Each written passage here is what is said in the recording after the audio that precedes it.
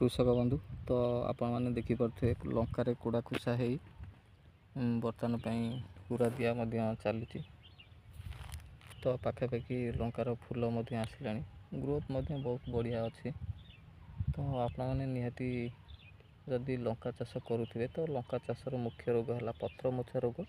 तो पत्र मोचा रोग किपर नियंत्रण करेंगे संपूर्ण डिटेल्स आम चैनल माध्यम आपण मैंने देखिपारे। तो आपण मैंने जो फील्ड देखुं तो देखिपे पत्र बर्तमान बहुत सुंदर अच्छी कोड़ी मोचा ना। तो किपरि लंका चाष सक्सेस हे संपूर्ण डिटेल्स आपण मैंने आम चैनल माध्यम जाई देखिपारे। तो कृषक बंधु वीडियोटी जदि आपण मानक भल लगे वीडियो को लाइक शेयर सब्सक्राइब करने को जमार भी भूलिए ना।